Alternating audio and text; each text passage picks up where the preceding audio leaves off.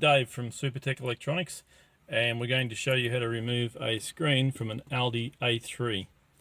Now you will need a plastic spudger and a torque 25 screwdriver.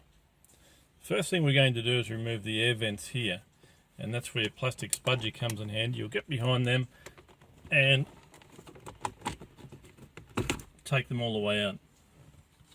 Same again for this side. You get your plastic spudger between it and the dash and then just pull it all the way out.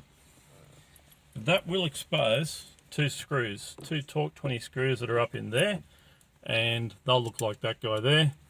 Remove those, take them out all together.